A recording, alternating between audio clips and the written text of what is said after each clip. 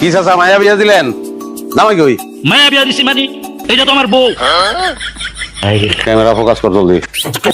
দর্শক আপনারা দেখতে পাচ্ছেন একজন অশীতিপর বৃদ্ধ যার এক পা চলে গেছে কবরে আর উনি নিজে চলে আসছেন খবরে। আপামনি তোমার বয়স কত? আমার শরম করে। ওনারা কি তোমাদের কাছ থেকে কোনো যৌতুক নিয়েছে? জি না, আমি স্বেচ্ছায় বিয়ে করছি। ক্যামেরা বন্ধ কর। মাথায় দোষ আছে তোমার, বুড়ার কন্ডিশন তো ভালো না। শোনো ওটা কথা কই, বুড়া মরে গেলে আমি রেডি আছি, আমার বিয়ে করবো। হ্যাঁ পাসবুক না, ঠিক আছে? হ্যাঁ এই শ্যামরা, তুই দেখে আমার টুপি মাথায় দিয়া বসাই যাবে চল। আবার দেখে আমার বউর গায়ে হাত দিছ। এই আলহামদুলিল্লাহ। আজকের দিনই খারাপ, একটা গাছের থেকে পরে একটা বহার থেকে ঘুরে যায়। বাড়ি পর্যন্ত নিতে পারবা না, আও বাড়ি ওই আউটিংটাই খাও, ওদিন শেষ। কোলায় লই যাবো, পরিশ্রম করে খাওয়া লাগবে।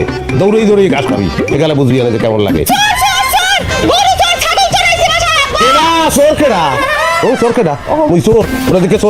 না তুমি পিছন ঘুরে আসছিলা তো, এর জন্য আমি চিনতে পারি নাই। তুমি গরু ছাগলের এনে কি করো? তোমার বাপের যে হুমকিটা দিছে, কাবি খা হুমকি। কাজের বিনিময়ে খাদ্য, কাজ করে খাইতে হইবে, নাইলে খাওয়ার নাই। যাই হোক শোনা, তুমি টেনশন করিও না, এই ষড়যন্ত্রের জাল আমি ছিন্ন করবো, কোনো সমস্যা নাই। তুমি যাও, চিন্তা করিও না, টেনশন করিও না, যাও। দেখি তুমি এখনো যাও নাই? গরুগুলো তো না খেয়ে মরে যাবে। ওই মধ্যে খাইতেছে। গরু চড়াইতে শিয়াল লাগে। আব্বা এটা একটা ডিফারেন্ট সিস্টেম আমি করছি। স্ট্যাটাস কোনোভাবে ডাউন করতে পারবো না। আমি চেয়ারে বইয়ে গরুরে খাওয়াবো, আর আমি লোকটা চেয়ে আমাকে বক্কা দিয়ে দিকে সালাম দেব।